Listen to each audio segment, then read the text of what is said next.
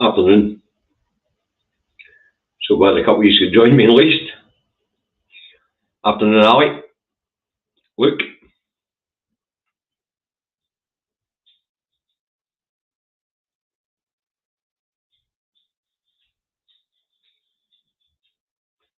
Here we go.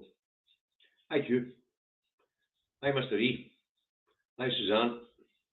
Hi, Baby Bump. I hope it comes to fruition soon. Hi, Brian. John. Rosemary. Hi, Davy. There we go. We're here. Luke. Ian.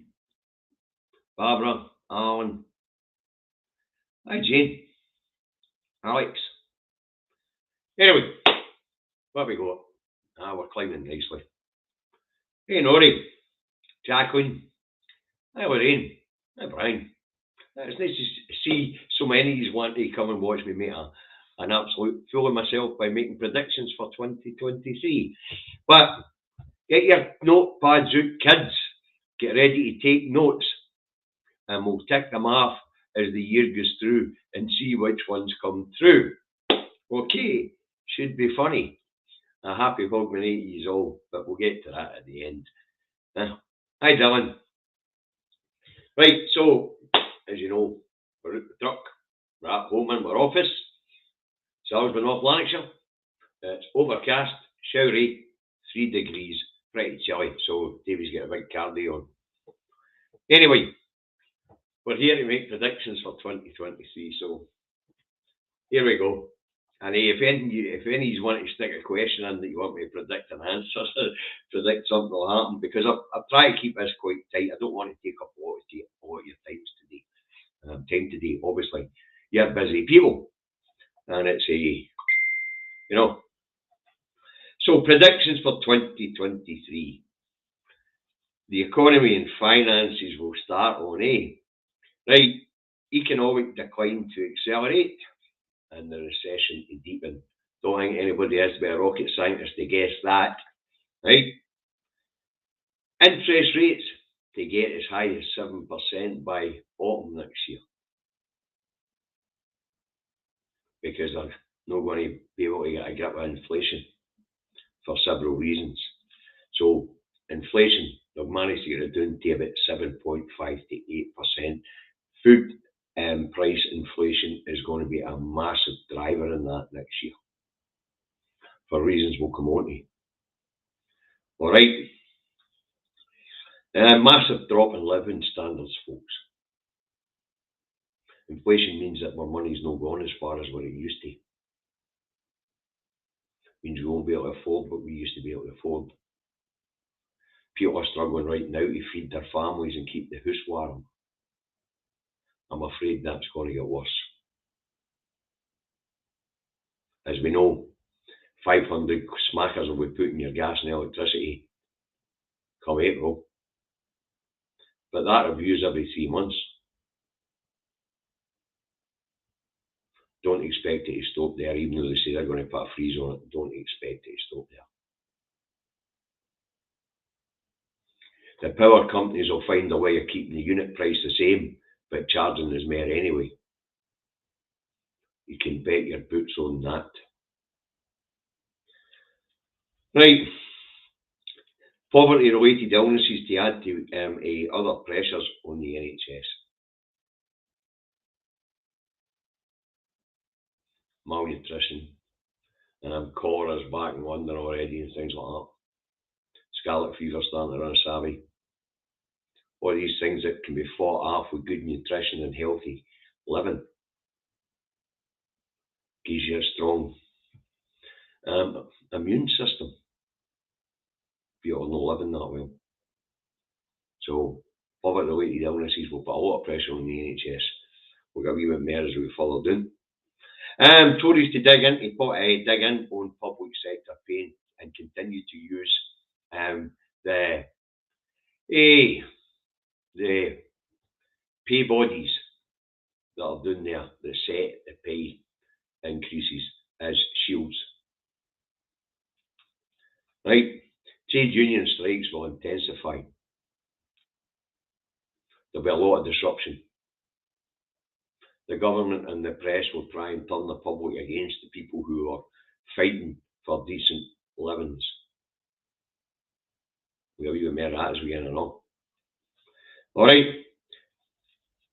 Once it's passed, I expect the Tories to use the Public Order Act to break up strikes and picket lines. Employers like the Royal Mail and BT to do what P&O Ferries did, sack their whole workforces for cheaper agency staff. And remember, there'll be a lot of desperate people out there as the recession deepens and the economic decline accelerates, because there'll be a lot of people on the brew. A lot of people desperate to keep a roof over their head, pay their rent and mortgage. So they'll do a P&O ferry. They'll sack the bloody lot of them and hire back on cheaper contracts, or even break strikes by hiring agency staff. Have the police use the Public Order Act to move on the picket line to allow the scab workers to get in. To the scab workers' point of view, they're desperate for money. The term scab is an old one. Kids these days won't even have heard of it. It's just agency worker. And there'll be an awful lot of desperate people out here looking for agency work. Now, I've used agencies all my life because it suited me. It meant I could work when I wanted to. Generally, there were stable times in my life where I was actually full-time employment for somebody else, but hey, I've always liked to suit myself. Right, and that will lead to a potential for civil unrest, as it did with the miners.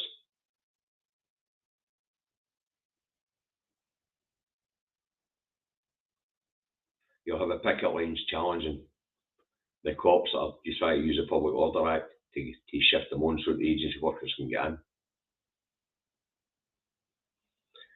Right, food and medicine shortages to intensify. For reasons I've already stated in my daily broadcasts, the UK had no food security.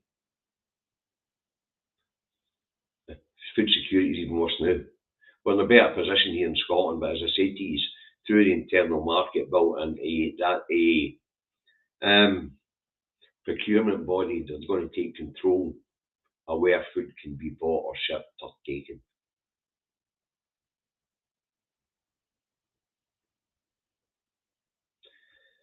Let's say the medicine shortages. Well, most of the suppliers in Europe's a bigger market. There's diseases rampant earlier and all, which have also led to certain medicine shortages. But bigger market. And of course, we'll be buying less drugs because where there is shortages, the drugs companies, has been reported, you can just look this stuff up, are gouging the NHS. Prices, things like paracetamol and things like that going through the roof, but they're contracted to buy them for these companies. And what's going to be interesting is, especially in the devolved areas, buying of these things is done through Public Health England. When we were in Europe, we bought drugs through the European Medical Agency. Cheaper to buy in bulk. Out of Europe, we're still smaller market, but the four nations together, it's a bigger pie. You can make more demands. How the drugs will be distributed through the UK will be interesting. All right. UK government to justify a outsourcing health, because that's how it'll be termed, outsourcing. To lessen pressures on the NHS, but it's just a way of creepingly privatising the NHS. It's a bit like the amount of agency staff they're using in the NHS. NHS England paid out £3 billion last year. You could have trained a lot of nurses for that. because that's just privately outsourcing folks, as they say. You know. So the NHS is being privatised with back door.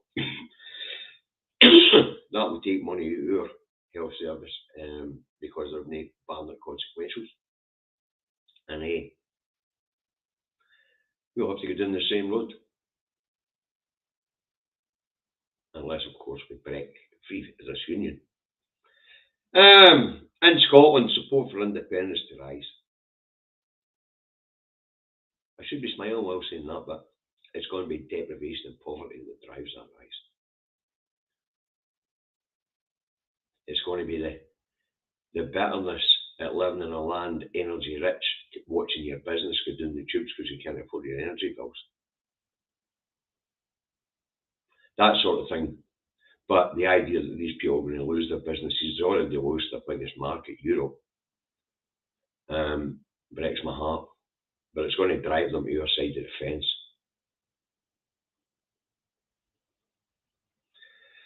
Right, posters to be told by UK government to stop polling on the issue of independence because it's going to get embarrassing for Westminster every time a poll hits the papers as support rises and rises and rises. Project Fear to intensify. I mean, that one in the only rag the Express the other day, Scotland to lose its army. Wow. That's as bad as not being able to defend herself with UFOs, according to Mr. Darling. Ah, wonderful. Union Jack boots to trample on devolution via the internal market bill.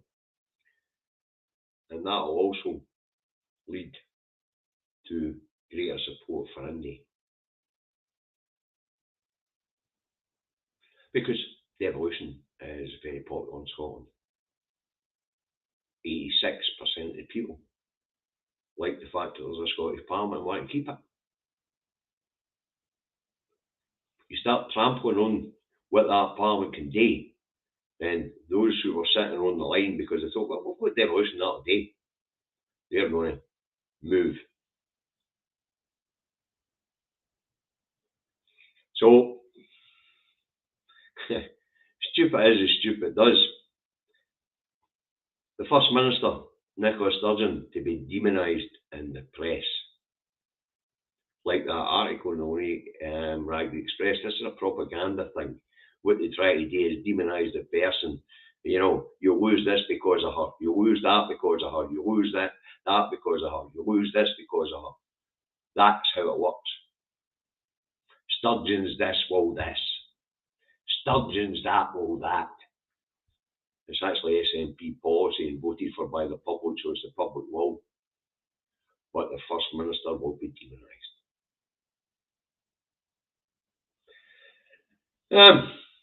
But we see some in the independence movement doing that now, the opposition, so they've got a wee bit of aid in that. You know, I've been critical of it myself. But some of them out there take it to extremes. Scotland's public services to be run down in the press will intensify. They're going to tilt their crap at everything. They're going to try and reintroduce the cringe. That's what devolution did away with. Devolution gave the people confidence that we could do things differently, so we could make our own lives better. And we have. To quote Lord George Foulkes, we pishy pants on the Pravda. The SNP are deliberately making public services manifestly better in Scotland than what they are in our UK. BBC presenter. And is that a bad thing, Lord Foulkes? No, but they're doing it deliberately. Mental. So, devolution's been a great thing. It really is. But they're going to strip all the powers out of the Parliament like they told us in 2014 after we lost they were going to do. They can't ban it us. They can't get rid of us that way, but they will try and shut us up. And they'll try and strip our parliament into being nothing but a talking shop. Scotland's economy will fare better because of the things that we have that England needs. But the people are not going to prosper from it. In fact, nobody in these islands is going to prosper for anything. There'll be the mismanagement down that road.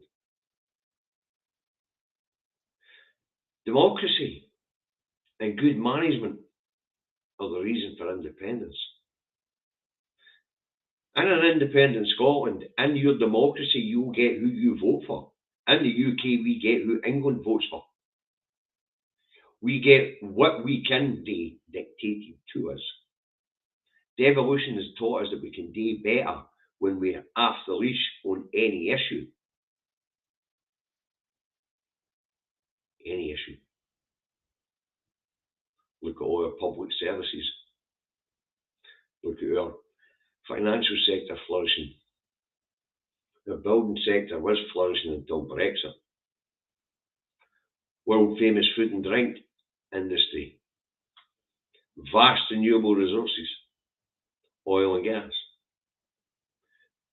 We could most certainly do better with all that in our control. We could probably help England with all that in our control, because in our control, we'll use it for the betterment of the people. In their control, Victoria Wheat and the royal family are stealing it.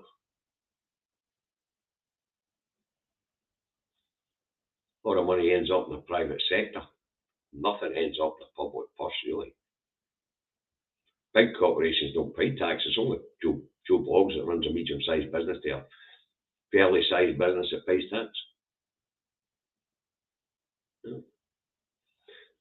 Victoria Wheat and the royal family, they don't pay fucking tax. All their monies are stuffed in the Cayman Islands or in assets. So, we're proving through the evolution that we do things better when they're in our control.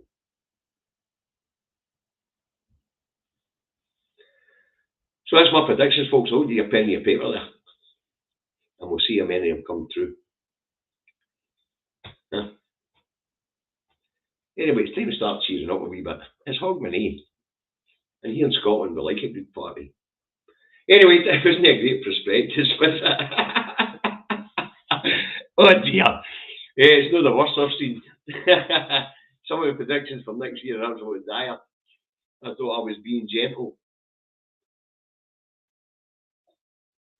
So, that's my predictions. Doesn't it sound great? But hey, I'm just going to end on a happy note. And wish you all a happy new year. Alright? Now, enjoy the rest of Hogmanay. Enjoy the party tonight. Day off tomorrow. Day off on the 2nd to sober up.